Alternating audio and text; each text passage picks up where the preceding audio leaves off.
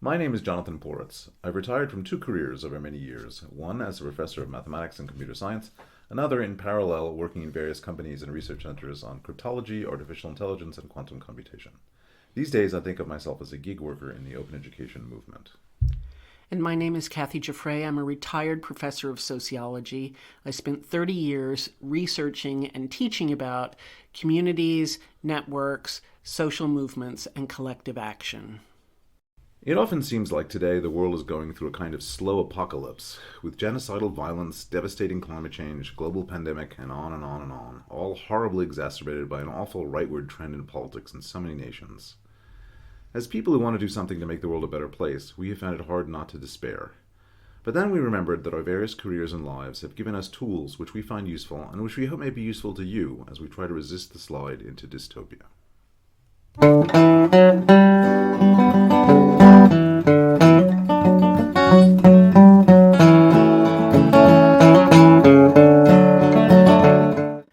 Okay, so everything old is new again. Those of you who've been following along with the Project 2025 agenda have noticed that although Trump lied and said he wasn't going to enact all of these policies, he absolutely obviously is. He's already doing it. And if we look at the plans for the future, we see that some of the things on the Project 2025 agenda include things like banning contraceptives, ending no-fault divorce, and importantly, a complete ban on all abortions without exception. So I want to talk about that today because abortion will be used, whether it's legal or not. Today we're going to talk about Nancy Howell Lee's classic study, The Search for an Abortionist, that was published in 1969 before Roe versus Wade, which was 1973. And now we're after Roe v. Wade, so it's become relevant again. And what Lee is looking at is how women, when abortions are illegal, nevertheless manage to find someone to give them abortion care. What she did was she had questionnaires and interviews with 114 women who had had illegal abortions. And her big question was, how do you go about finding an abortionist in a world where this activity is illegal? Yeah, I assume you don't just look up the abortionists in the yellow pages or there was no internet then, but it's even dangerous to ask your friends, maybe? How do you find that? How do you find out? Right. So the women had serious constraints on them. As you point out, this is an illegal activity. So keeping it quiet was very important. You're not advertising around that you want to engage in this activity, nor are the abortion providers advertising that. So that's one of the constraints women have on them. We also have to remember there's a time constraint on this. You have a very small amount of time between the time you find out you're pregnant until actually you're too pregnant to safely perform an abortion. So the women had a limited amount of time. There's a question of access. So we see what's going on now in the United States. People say, oh, well, we'll just drive to a state where it's legal. That's having access. Not everyone can do that. Not everyone can find that access. You need to have an abortion provider who's somewhere near enough to you that you can get to them. Well, I mean, access is a complicated issue because of distance, as you say, and time pressure, and also money, right? If you make people spend the money and leave their work for a while, potentially endangering their work for a while, that's a huge kettle there that has to be opened. And that was true at the time too, right? That the amount of money that people had to spend to get this operation, to get this medical care, was huge then as well and was a constraint on people. There was another constraint that this is also a stigmatized activity. It was then, there's still stigma around it now, so that people didn't necessarily want to tell people, like women would not want to tell, for example, their parents or people in an older generation because of the stigma attached to this. And most importantly, trust. That it was really important for women to find an abortion provider whom they could trust, because illegal abortions, unlike legal abortions, illegal abortions can be very dangerous procedures, and they could and did result in serious harm, up to and including death, for the women who received them. So finding an abortionist that you could trust not to botch the procedure and kill you was a very high priority, and that was a significant constraint on women. This seems amazing. How would a woman find a qualified and excellent abortionist when the woman cannot talk about it, cannot speak to their friends and family about it because of the dangers and constraints you just mentioned. So women had to search, and I'm going to read an example from Lee's book of the story of one woman's search that she laid out for Lee. Here it is. I told this girl at school I was worried, and she lent me her car and told me about a doctor in town who was supposed to be sympathetic. I went to him for a pregnancy test, and I had to go back again to get the results. And I asked him what I could do, but he said I would have to get married or something. So I didn't push it. When the test was positive, I called my girlfriend in another city and told her I was coming to stay with her and she should try to find out anything she could. When I got there, she had found out about 2 people, one guy in the city from her roommate and one out of town from the mother of a friend of ours. We made an appointment to see the guy in the city and we went there, but it was so depressing that I had an examination and said I would come back, but I never did. In the meantime, my roommate from college heard about another doctor in the city from her cousin.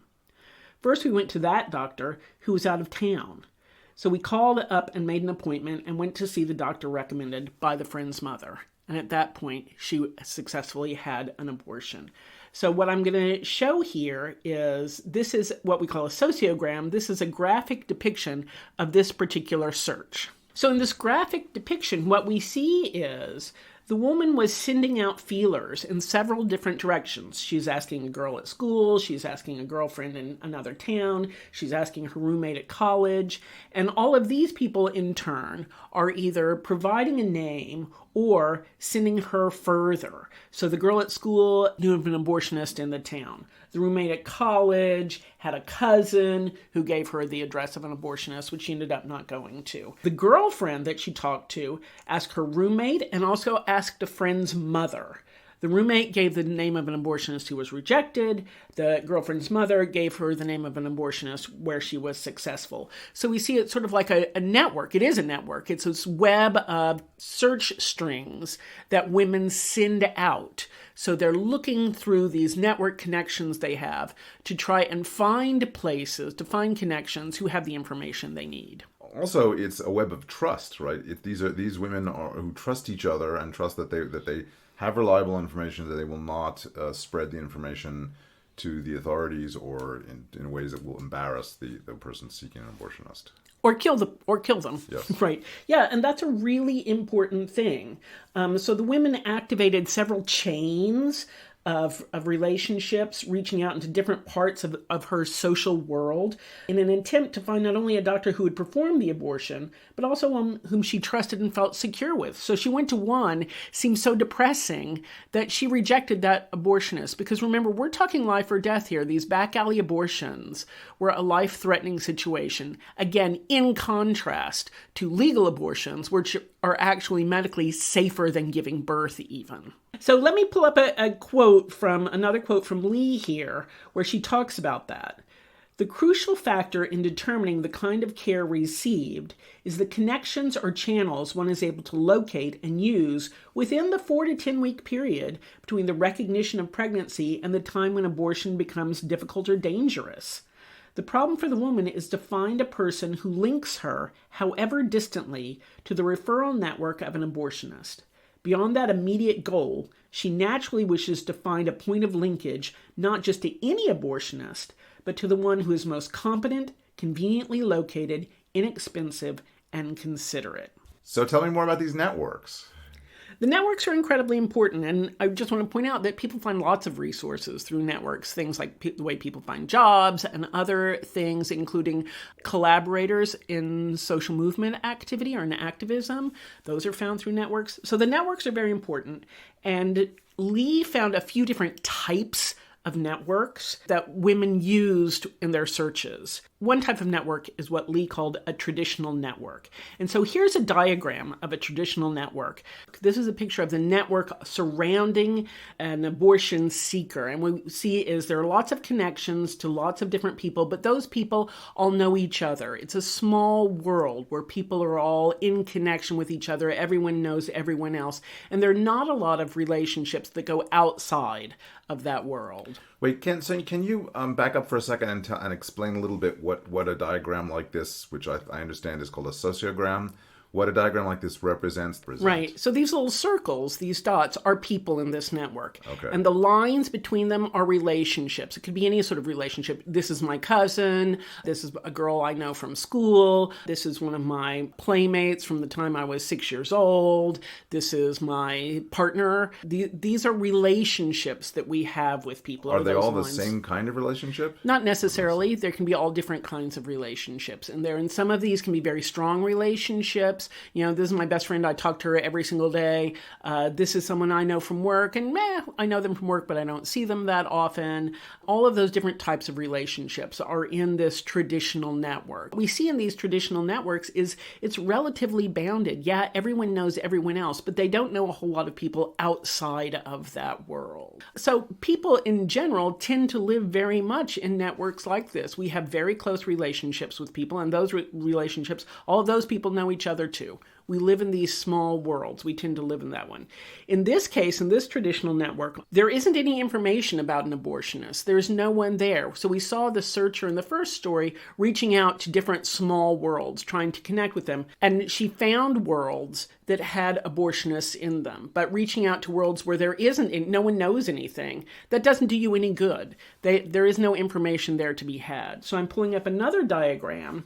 This is a picture of it. Once again, the same thing, a traditional network. Everyone knows everyone else, lots of connections, lots of ties between people. But in this case, there is an abortionist or someone who has information about an abortionist in this network. So the searcher is likely to hear about that. They're likely to get that information, but they're not going to have any choice about who they're going to go to for an abortion. So that question of, do I find someone who's convenient, who's accessible, who's inexpensive, who I can trust?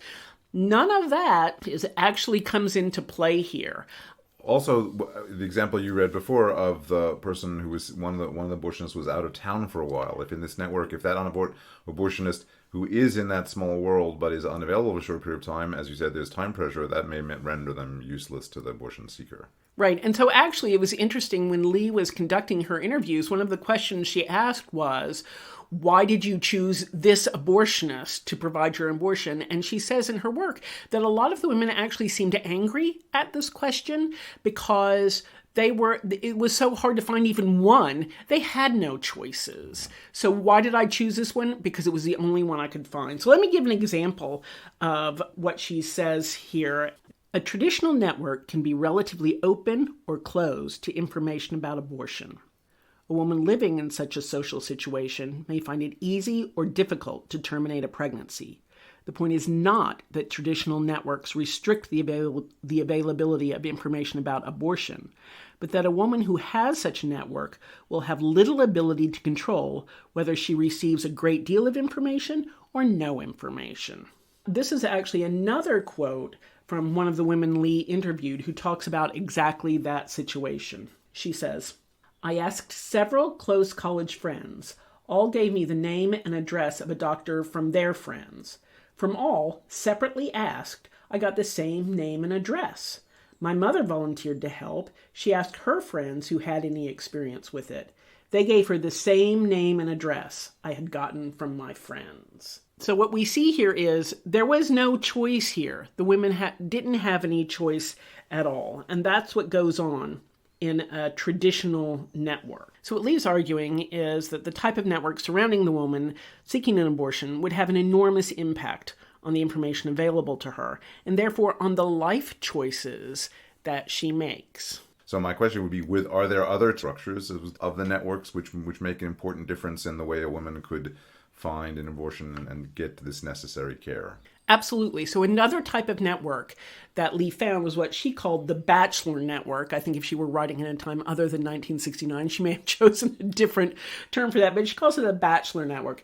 And these are women who've moved away from their traditional networks. They've gone to a different city, they've gotten a job, they've moved out of their parents' home, things like that.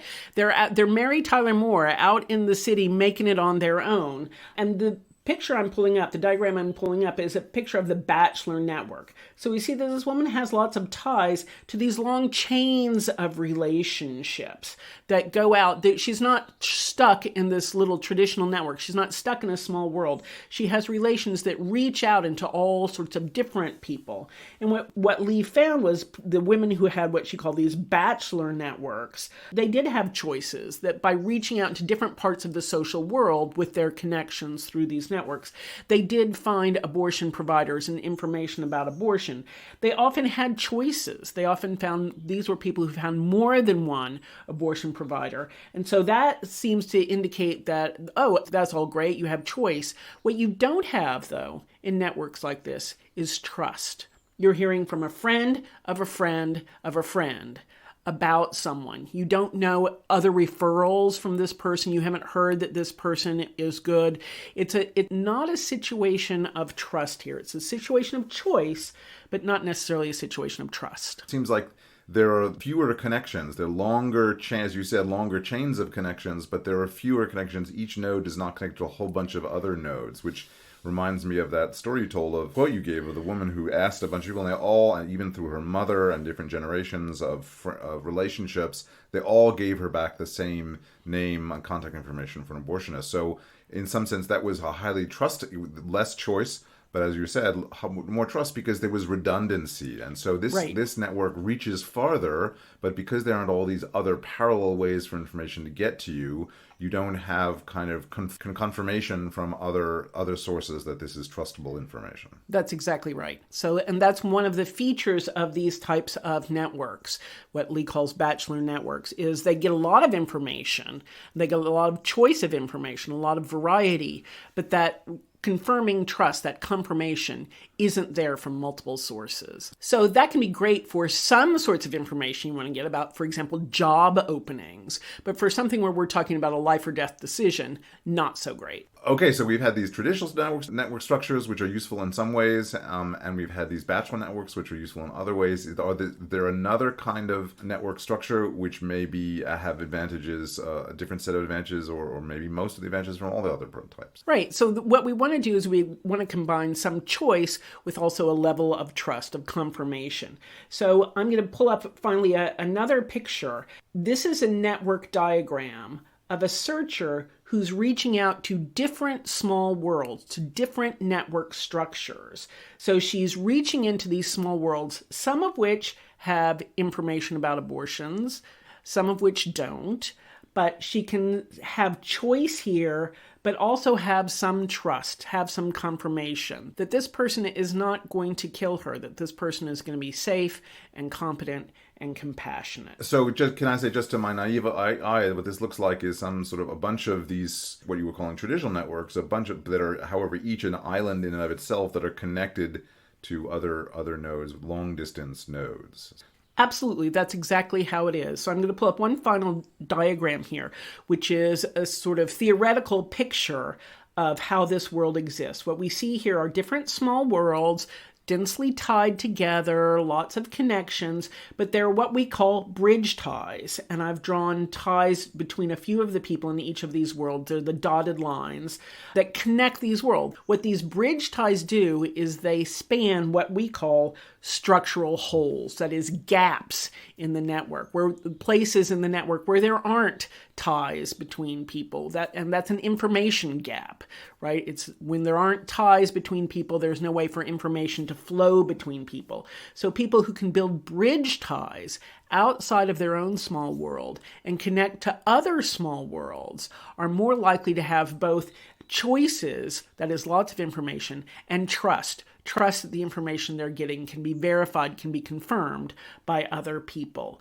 So this is a structure, this is a very optimal structure for getting information. It's good for all kinds of resources, because what we have here, first of all, is speed of information transfer. That is, you can get a lot of information really quickly because you ask one person inside a small world, they ask everybody for you, and they're basically gathering all of that information for you. So you get speed of information. You don't have to go to every single person individually and ask them. The second thing we get here is flexibility, that if one small world doesn't have the information you need, you can be flexible. You just go to another one, and you can do that. So you have flexibility there. And the third thing that we get here is trust, that other people have verified the competency of the abortion provider that you're going to. They've done that for you. So this seems like the optimal network structure for these reasons you just gave. Do we get to choose the network structure, or is that just given to us by society? No, that is built. This is something that we build, that we choose to have, and it's good for all sorts of resources, including resources necessary for activism, which often can be a risky endeavor. Okay, so how can we build these kinds of networks? What can we actually concretely do? So there are ways that we can work on building this kind of network that would be useful to us. One is, and I've said it before, join groups. These groups can be small worlds, but they can also be bridges to different small worlds. So you've got to step outside your usual tight circle, maybe volunteering, maybe joining groups, doing things where you are outside of your usual small world. You have to take the step to make a bridge tie to people that you might not otherwise know. So that's thing number one. So to see if I'm understanding, you're saying we're already part of our own pre-existing small worlds. If we go with intentionality, seek out other small worlds to join, then we can ourselves become bridge ties that help enable this structure to form. Absolutely. The second thing is, don't just think about this in terms of social space, but also think about this in terms of time. So keeping in touch with old friends. Old friends may have a different social world that they're living in now. So keeping in touch with old friends is a way of keeping in touch with different small worlds, with different traditional networks that are there. That's wonderful. I've been wondering where time is in all these diagrams, and you're saying it's lurking there, and we can reactivate it to reaffirm connections that help us tie multiple small worlds. Right, it is lurking there, and that brings me to the third point, which is also about time, which is about engaging in multi-generational gatherings. So we saw that when our example woman was successful in getting an abortion, she reached out to a friend's mother. That's called reaching out across generational time. The friend's mother was activating ties from her generation. So she was reaching into a different era of women, a different cohort of women. So being part of multi-generational gatherings can be incredibly important for this. That's great. That really stuck out for me when you were telling that story, and I was thinking, when she went between going for her college roommate and going for information to her college roommate and going to her mother, there are clearly going to be very different kinds of relationships brought into play in those two interactions. So that was really expanding her reach. So you're saying that we can do that with some intentionality. Absolutely. And so that's an important thing to do. We want to expand our reach.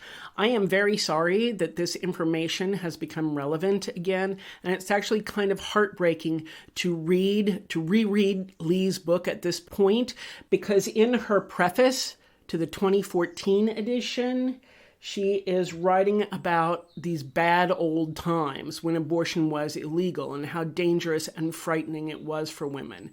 And it's very sad to read that now, that we're going back to those bad old times. So if you're interested in finding out more about us, our website is therevolutionwillnotbetelevised.net, and I'm also putting lots of abortion resources there, links to those, so that you can get those. Thank you, Kathy.